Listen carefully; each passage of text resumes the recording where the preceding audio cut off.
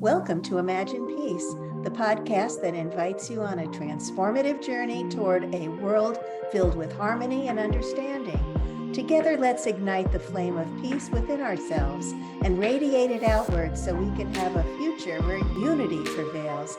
This is Imagine Peace, where dreams become reality. Join us as we explore the power of compassion, the beauty of diversity, and the potential for positive change.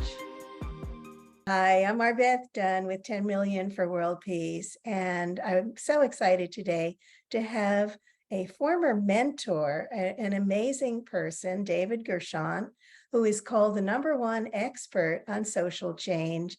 He has dedicated his life to empowering humanity to believe that we can create the world of our dreams and designing the strategies and tools to help us make this a reality. He has architected a bold plan called Peace on Earth by 2030, which he will tell you about. David has authored 12 books, including the award-winning Social Change 2.0, a blueprint for inventing our world, and the best-selling Empowerment, The Art of Creating Your Life as You Want It. He directs Empowerment Institute Center for Reinventing the Planet, which empowers change makers from around the world to design and implement transformative social innovations.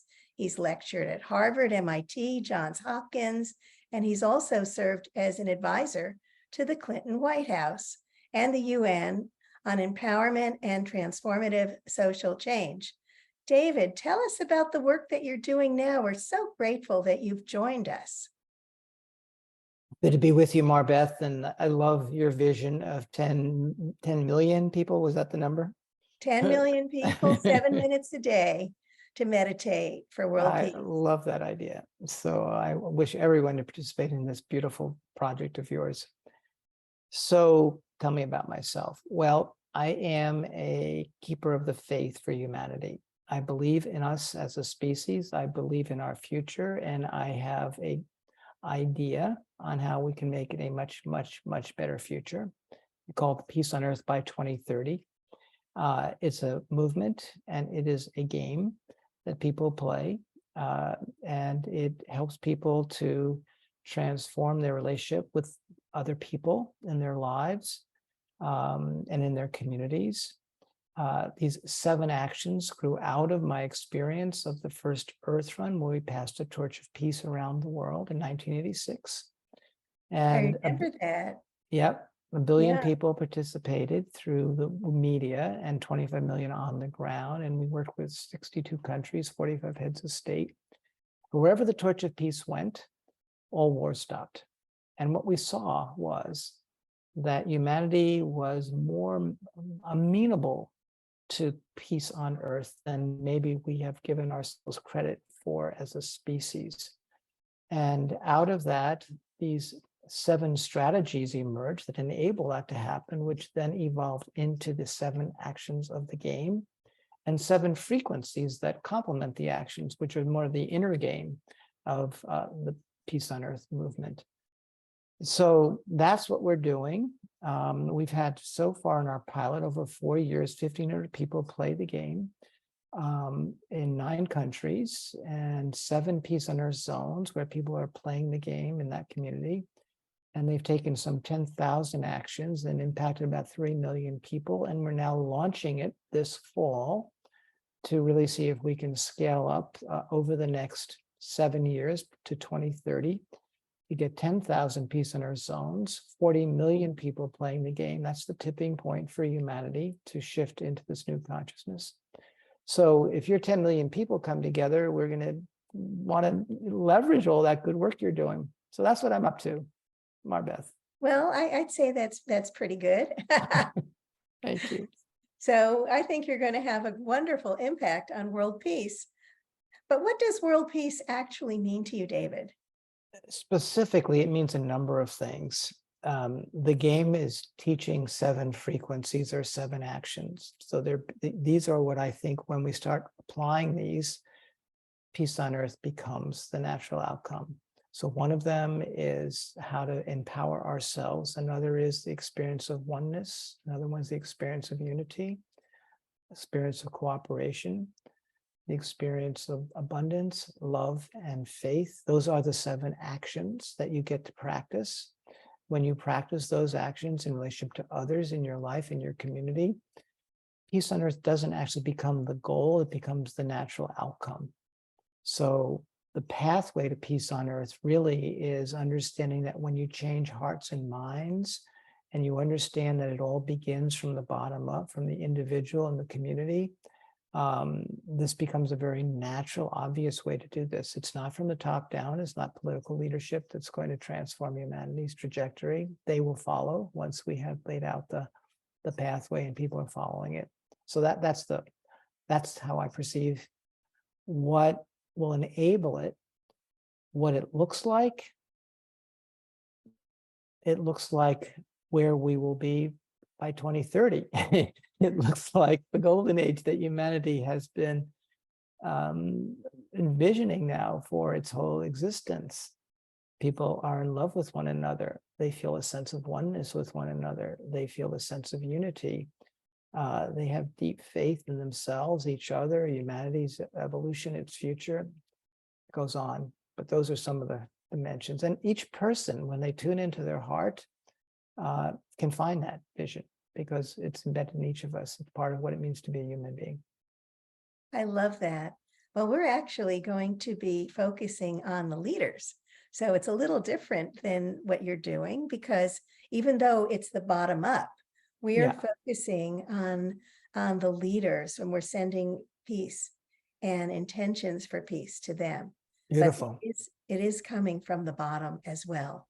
So it's a different, a little bit different. Well, it's very, very aligned. I mean, it's coming from the individuals, and then it's going to, which is exactly the strategy that I was actually laying out. When the individuals step up to that and not just send these intentions to the leaders, but live them, then the leaders will respond. So what you're doing is really very important for that. And let me ask you, how important do you think meditation is for achieving world peace? It's one of the 7 actions that we have, specifically visualizing and meditating on and praying for specific outcomes, which is what you guys do. Yeah, it's big, it's huge. It's the way that manifestation on this physical plane works through intention, as you know.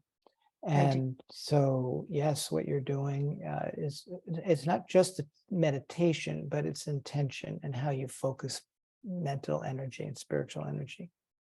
Well, you're such a beautiful teacher of that. And I can totally attest, having been certified as an empowerment trainer by you. So, so I had one last question. What is your favorite peace practice? I thought you were going to say, what's my favorite peace project? I was going to say 10 million people for peace. Oh, I have a number of favorites, but today that is my favorite that you're doing. And that anyone stepping up to do something like that is just so special. So I wish you all the best. What is my favorite peace practice? Is that the term that you're wanting me to talk about? I would say cooperation for the common good. When we were doing the first Earth Run, what we realized was that one of the mottos of the first Earth Run was relaying fire around the world to light the spirit of cooperation. That what generally goes under the name peace is the absence of war, which is a negation of something we don't want, which doesn't actually transform anything, and it's mostly reaction.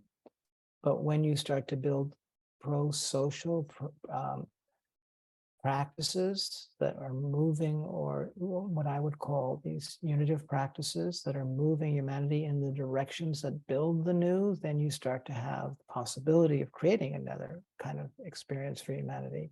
So cooperation for the common good is the most potent of all of the 7, I would say, because you're teaching people how to come together and produce real concrete outcomes that will make their community or their lives or their world better.